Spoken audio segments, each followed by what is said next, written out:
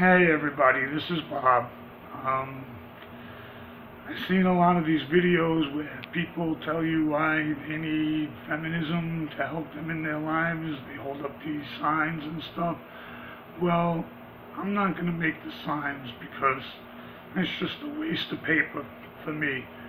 But I will tell you 5 reasons why I personally need feminism. Okay. You might see me looking down at my notes. I actually tried to semi-prepare.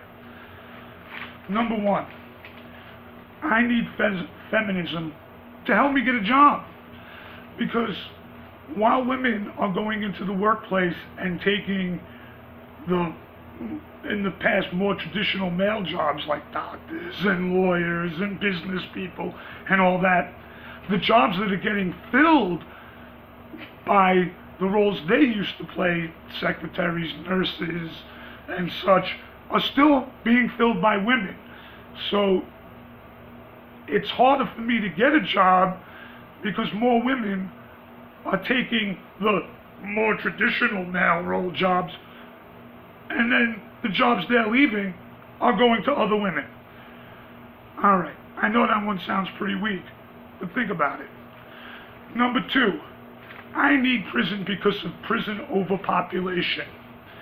Now, we all know that blacks are disproportionately, sentenced to prison with harsher sentences and stay there longer, which means, yes, the male prisons are getting more and more overpopulated. I mean, and you can disagree with the facts, but it doesn't matter if it's black men, white men, Spanish men, Asian men, whatever. Men's prisons are overpopulated. And that adversely affects the family unit of the disenfranchised people who have male dads and stuff and role models in jail. But that's not why I need feminism. I need feminism because the same thing is happening in the female prison population. There are getting to be overcrowding of female jails and prisons. Now, females do commit less crimes, yes, and there's not as many facilities for them, but they do get lighter sentencing. So you would wonder, why the hell is there prison overpopulation in women's prisons and jails now? That doesn't affect men as much adversely. It affects women and their families adversely as well.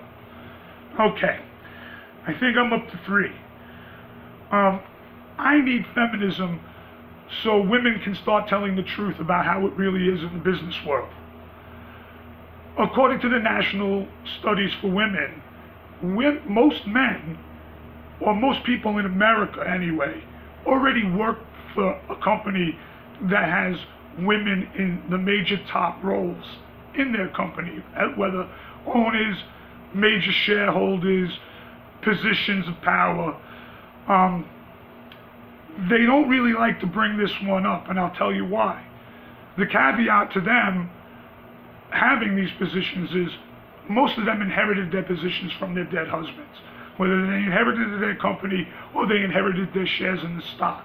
So yes, there are a ton of women in the top echelon of the business world, but it's because they inherited their wealth. And that's one of the facts that a feminist doesn't like to tell you. Okay, number 4, I need feminism because there is a rape culture in this country. It's in the military. Yeah, I know you're going to tell me that, oh Bob, don't diss on military people. Dude, I love the military. They accept gay people now. They accept trans people.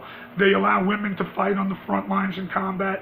Yet more women aren't joining, even though they pushed for these rights. But really, the sad truth is men and women in the military get raped, and it systematically gets covered up. The person who you report it to is supposed to handle the case as well, or send it up the ladder to the next guy. But if they do, it looks poorly on their performance as a leader of that troop. So yes, rape culture does exist to an extent in the military, but it just doesn't happen to women. It happens to women and men, and not just gay men, straight men. And straight men definitely don't talk about it as much, because if a straight man comes out and talks about rape or being raped, he's pretty much ostracized. So there. The number one reason I need feminism is because AIDS is still a threat. Yes, you're going to say, well, feminists must be doing something about AIDS. Feminists, in a majority, have never done anything about the AIDS crisis. Never, never, never, never, never.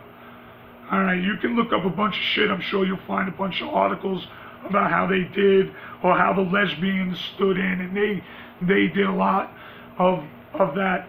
But I'll tell you how what that really is about. In the 70s, or the late 60s, early 70s, there was a hippie culture that started this whole new social justice movement as we know it. So gays, lesbians, women, minorities, they all acted together as a unit because they figured they helped support each other. Well, through the 70s, women started obtaining their primary goals. And by the early 80s, they really had reached the goal of equality in the workplace and changing the whole workplace laws and rights and all that. The only problem is they didn't include gays in that.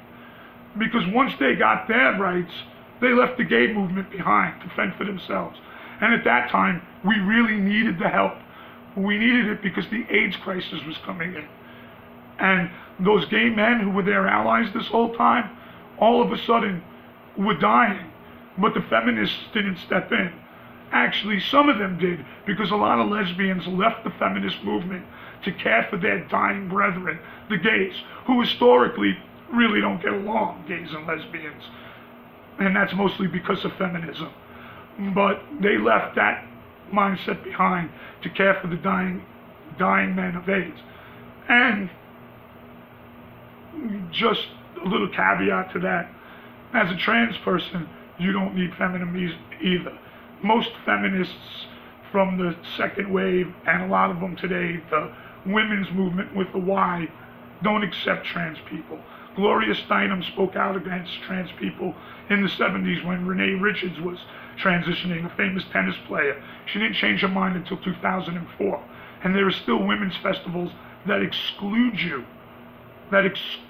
trans people from performing because they're quote-unquote not real women. But besides that, that doesn't have anything to do with AIDS, even though it does, because AIDS affects everybody. And the two highest groups who are contracting AIDS right now are teenagers 13 to 24 who comprise 1 in 5% of new reported AIDS cases, 20% of them being white straight people, the other 80% mostly African minorities made up of mostly gay men. So they're not doing anything about that. They're talking about how sexually liberated they are, but they're not talking about the AIDS crisis. The other group of people who are getting AIDS at an alarming rate besides the black community are our grandparents. Our grandparents are reliving a new sexual freedom. They're living longer. There's Viagra. There's plenty of singles. There's communities. They're starting to have sex again. And they don't know about birth control because the only thing they knew about birth control was it stopped you from getting pregnant. They're not very well aware of AIDS and its effect and how it's transmitted, and that straight people can get AIDS, because they're the ones who are generally the older population of people. Your grandparents, people in retirement communities. Dude, they're having sex like crazy. I know nobody wants to think of their grandparents having sex, but they are. And they're spreading AIDS to each other, AIDS and HIV. And I know you're going to say, well, maybe AIDS isn't that much of a problem. But nobody wants to spend a lifetime on medications because they have to manage their HIV. It might not be a death sentence, but think about it. Look at all the money that's going to have to go into, and all the time, and all the sickness from the side effects of medications. You don't want that. Yet, you're still screaming about HPV. Stop screaming about HPV. start thinking about AIDS. Thank you for your time.